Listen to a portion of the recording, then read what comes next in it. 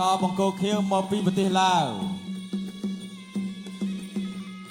បាទអោបជាប់ជង្គង់រុនដេវីត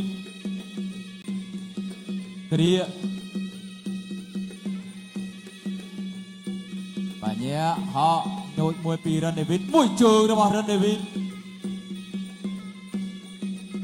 អោបជាប់ពីកីឡាករឡាវបាទចូលចាប់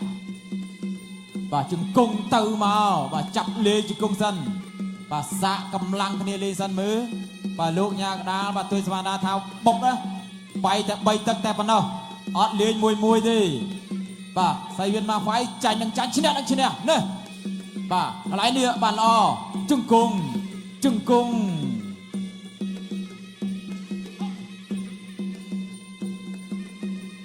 បាទញែកមកកដាលបាទប្រគួតបន្តទៀតអរគុណដល់ខេមរីបៀបាទខេមរីឡាយបាទស្រាសតុនជុំជុំបានយូលាបាទដេវីតគៀងបាទគៀងរបស់រិនដេវីតបាទបុកបន្តបាទ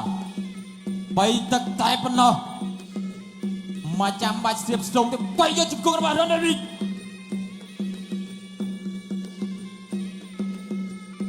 បាទញ៉ាអោបជាប់ជង្គង់រិនដេវីតជង្គង់ចាក់សាជាប់ពីកីឡាករឡាវបាទវាយអត់វាយមានការងារធ្វើពីលោកកញ្ញាកដាលលើបាទញ៉ាតាមចូលពីរិនដេវីតទាត់មួយជើងទៅមកដេវីតដេញហើយបាទ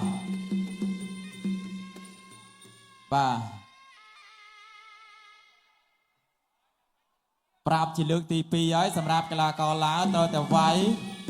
បាទមួយជើងរបស់រិនដេវីតកាប់ជើងក្រោមអោបជាប់ជង្គង់ចាក់សោចាំមើលដេវីតផ្ដាច់បានអត់បាទទឹកមួយបាទតាមចូលធាក់ចូលដៃរបស់រិនដេវីតតាមចូលធាក់មួយជើងពីកីឡាករបែកជួយស្នាមពីរិនដេវីតអូបាទ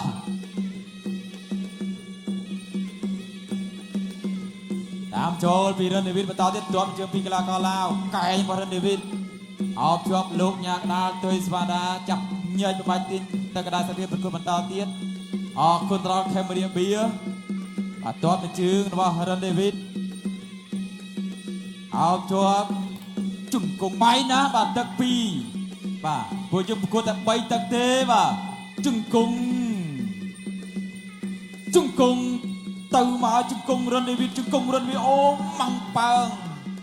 បាទកស1 2 3 4 បន្តការប្រកួត continue មួយដៃចូលធុងទឹកបកស1 2 3 4 5 6 7 8បន្តការប្រកួត continue បាទពីរដៃពីរិនដេវីតចូលកន្លែងគិតលុយបាច់